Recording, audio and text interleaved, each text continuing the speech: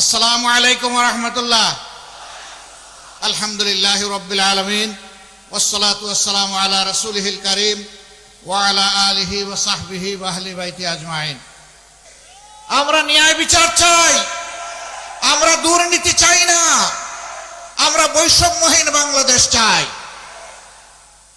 সেই বাংলাদেশ এখনো কায়েম হয় না বলে আমাদের সেই বুকের সন্তান বীর যোদ্ধারা আবার স্লোগান তুলেছে, আবু সাইদ মুক্ত, শেষ হয়নি যুদ্ধ। আমরা তাদের কণ্ঠে কণ্ঠ মিলিয়ে বলবো, ঠিকই তোমরা বলেছো, আবু সাইদ মুক্ত, শেষ হয়নি যুদ্ধ। একটা মানবিক বাংলাদেশ, দুর্নীতি মুক্ত বাংলাদেশ, দুঃশাসন মুক্ত বাংলাদেশ কায়েম না হওয়া পর্যন্ত আমরা থামবো না, আল্লাহর কসম আমরা থামবো না। আমরা কোনো রক্ত চক্ষু পরোয়া করি না, আমরা পরোয়া করি শুধু পরওয়ারদিগার আল্লাহ সুবহানাহু ওয়া তাআলাকে। এই পরোয়া করি না বলেই আমাদের এত এত নেতাকে জীবন দিতে হয়েছে। আমরা আল্লাহ ছাড়া কারো কাছে মাথা নত করি নাই, করছি না, করব না। হাজার বছর শিয়ালের মতো বাঁচার চাইতে একটা শ্বাস সিংহের মতো নিতে চাই।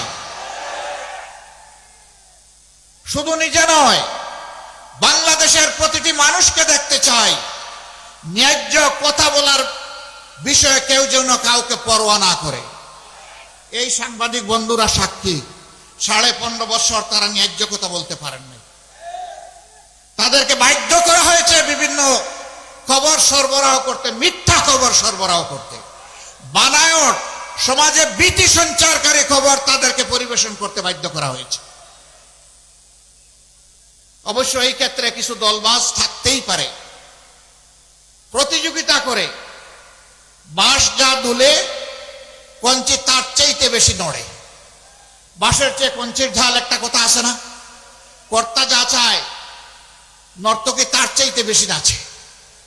এরকম অনেকে এই সমাজটাকে জ্বালিয়েছে, কষ্ট দিয়েছে, অনেক মানুষকে অপমানিত করেছে, অনেক মানুষকে মৃত্যুর দিকে ঠেলে দিয়েছে। আমরা চাই মিডিয়া এখন থেকে কালোকে কালো বলবে, সাদাকে সাদা বলবে, চোখে চোখ রেখে খবর পরিবেশন করবে। কিন্তু এখনো বাংলাদেশের বিভিন্ন জায়গা থেকে আসে, কোন চাঁদাবাজের বিরুদ্ধে যখন কোনো সাংবাদিক বন্ধু সত্য খবর তুলে ধরেন তখন তাকে হত্যার হুমকি দেওয়া হয়, তাকে দেখে নেওয়ার হুমকি দেওয়া হয়। মাঝে মাঝে সেই অডিও ভিডিওগুলোর সামাজিক মিডিয়ায় চলেও আসে। আমরা সবাইকে বলি, আরেকবার যুদ্ধের জন্য প্রস্তুত হন। গাছ, খারাপ ফলের গাছ কাটা পড়েছে কিন্তু আগাছা রয়ে গেছে, এগুলাকে পরিষ্কার করা হবে ইনশাআল্লাহ। প্রচার করা হয় বাংলাদেশ জামাতে ইসলামী ভদ্রলোকের দল, এরা শান্ত এবং এরা বিনম্র, কাজেই সমাজের দুর্দর্শ সন্ত্রাসীদেরকে এরা পারবে না কন্ট্রোল করতে। বাপটা হলো যে, বাবা তোরা ভালো মানুষ, ভালো জায়গায় শান্তিতে বসে খতমে হাজেগান কর আর খতমে ইউনুস পড়।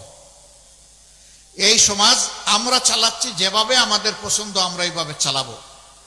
আমাদের লুণ্ঠন চলবে, চাঁদাবাজি চলবে, দখল বাণিজ্য চলবে, ঘুষ চলবে, এগুলার ব্যাপারে তোমরা কথা বলতে যাইও না। তোমরা কথা বললে আমরা থামবো না। আমরা পরিষ্কার জানিয়ে দিচ্ছি, 15.5 বছর তো এইরকমই একটা সরকার ছিল, শেষ পর্যন্ত দুপুর বেলার রান্না ভাতটাও তো খেয়ে যেতে পারলেন না।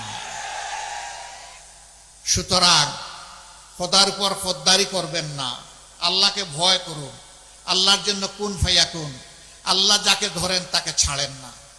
ক্ষমতা কোনো মামুর বাড়ির বিষয় নয়, এটি একটি দুর্বহ বোঝা, জাতির পক্ষ থেকে বিশাল আমানত। এই আমানত আল্লাহ কাউকে কাউকে দিয়ে পরীক্ষা করেন আর কাউকে কাউকে সাহায্য করেন। কাউকে এর মাধ্যমে আল্লাহ অভিশপ্ত করেন আর কাউকে এর মাধ্যমে আল্লাহ তাআলা অভিনন্দিত করেন। সেটা আল্লাহ নিজেই বলেছেন, আমি বলবো কেন। আল্লাহ তাআলা বলেছেন, কুলিল্লাহুম্মা মালিকাল মুলকি তুতিল মুলকা মান তাশা ওয়া তানজিউল মুলকা মিম্মান তাশা। সমস্ত মুলকিয়ত বাদশাহীর মালিক আল্লাহ। আল্লাহ যাকে চান তাকে একটু ক্ষমতা দেন, আবার যখন বাড়াবাড়ি হয় তখন ঘাড়ে ঠিক মতো ধরে ক্ষমতা কেড়ে নেন। তুইজ্জু মান তাশাউ ওয়া তুযিল্লু মান তাশা। যেই পুলিশ একসময় বাধ্য হয়েছে স্যালিউট একবারের জায়গায় 3 বার দিতে, সেই পুলিশ এখন আবার হাতে হ্যান্ডকাপ লেগে দিচ্ছে। এটা আল্লাহর বিধান। তাদের মধ্যে কেউ কেউ এমন আছে মনে করে এখন সেই আগের জমানা আছে।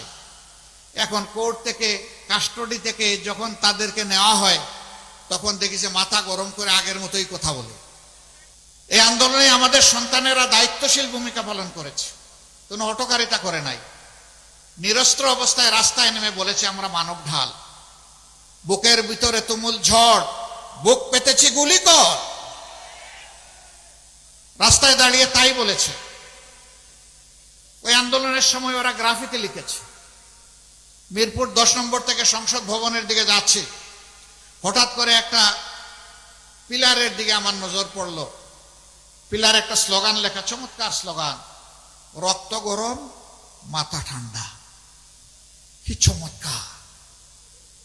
মানে আমরা অকুতোভয় সৈনিক, কিন্তু কারো উস্কানিতে আমরা পা দেব না। আল্লাহু আকবার! কি অর্থবহ এই স্লোগান! এবং পুরা আন্দোলনের সময় জুড়ে তারই পরিচয় দিয়েছে আমাদের সন্তানেরা। বলে যে গুলি করে ওদেরকে সরাইতে পারো না স্যার, একটাকে মারি একটাই তো পড়ে, বাকিরা তো 4টা দাঁড়াইয়া যায় স্যার। হ্যাঁ, এই জাতির মধ্যে সেই বীর সন্তানদের জন্ম হয়ে গেছে। এখন আর কাপুরুষ এবং চুরের দল এখানে সুবিধা করতে পারবে না ইনশাআল্লাহ। এই বীরেরা রক্ত দিয়ে যেহেতু আমাদের 3য় স্বাধীনতা আমাদেরকে এনে দিয়েছে, ইনশাআল্লাহ আবার আমরা সবাই রক্ত দিয়ে স্বাধীনতা রক্ষা করব। আমরা আমাদের সন্তানদেরকে কথা দিচ্ছি, তোমরা যে ন্যায় বিচার এবং তোমরা বৈষম্য সমাজ চেয়েছিলে, আমরা আল্লাহর পর ভরসা করে বলছি সেই সমাজ প্রতিষ্ঠিত হওয়া পর্যন্ত, সেই স্লোগান বাস্তবায়ন হওয়া পর্যন্ত জীবন যায় যাবে, কিন্তু আমরা আমাদের আন্দোলন ছাড়বো না ইনশাআল্লাহ।